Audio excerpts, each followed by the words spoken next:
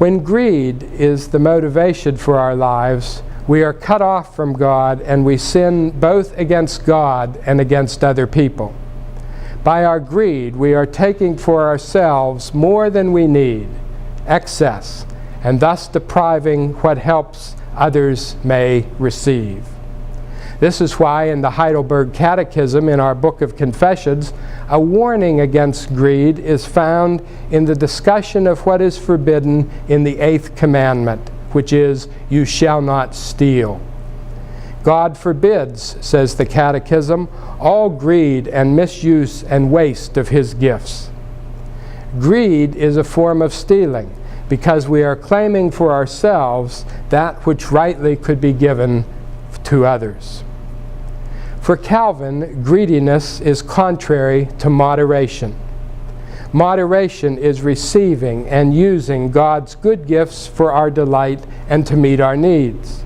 But when we go to excess, to greediness, we are sinfully using for ourselves more than we need. Calvin said, most people are tempted by ambition, greedily to long for more, to pass through their hands more than they need. Instead, said Calvin, it remains for us not greedily to strive after riches and honors, whether relying upon our own dexterity of wit or our own diligence, or depending upon the favor of others, or having confidence in vainly imagined fortune, but for us always to look to the Lord, so that by His guidance we may be led to whatever He has provided for us. Or in other words, as Calvin continued, we shall not dash out to seize upon riches and usurp honors through wickedness and by stratagems and evil arts, or greed to the injury of our neighbors, but pursue only those enterprises which do not lead us away from innocence. To put all this in a broader and corporate scale, the implications are clear. In our culture, we are used to hearing the message of Ivan Boesky, the stock trader who famously said to the graduating class at the University of California in Berkeley, "Greed is all right, by the way. I want you to know that.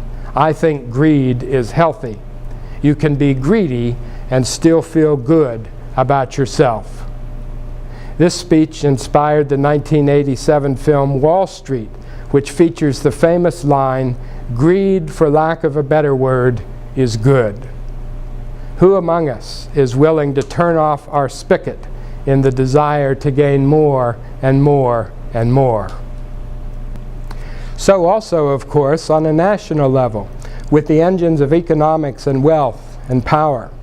If our nation gains more and more at the expense of those who at the same time are receiving less and less, do we care?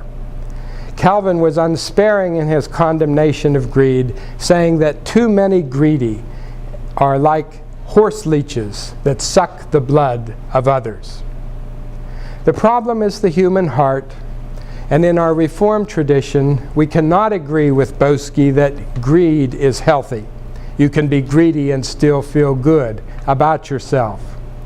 When we find greed, we should repent. Our proclivity toward greediness is an attitude of the heart, which we should always be praying to have checked. It reflects our sinful self-sufficiency in seeking our own wills rather than God's will. And in attaining more for ourselves, we take away from others. This behavior is never ultimately satisfying, because greed is never satisfied. It always wants more and more and more. As Calvin said, the greater number of people greedily seek after present pleasures and advantages, but I maintain that perfect felicity is to be only found in the favor of God. All of us as Reformed Christians must consciously repent of the greed in our lives and the root of greed in our sinfulness. In the midst of an acquisitive society and culture, we must constantly need forgiveness. We ought to be passionate advocates for the use of corporate and national wealth to aid the needs of others, not just to do it for our own advantage, but genuinely to help them have opportunities to gain what they need for sustainable life in this world. Those who are weak and suffering in this world need means and methods to achieve better lives. We are sleeping on ivory beds, all of us, but we need to resist our desire for present things so that we do not, like horse leeches, suck the blood of others.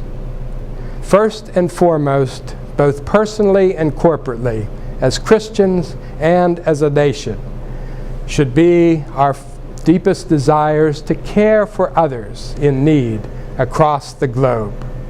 As Christians, we have been blessed to be a blessing. In our continual repenting of our sin, we should recognize our greed and find meaningful actions to share and use what we have been given as God's good gifts with all those whose needs are so great.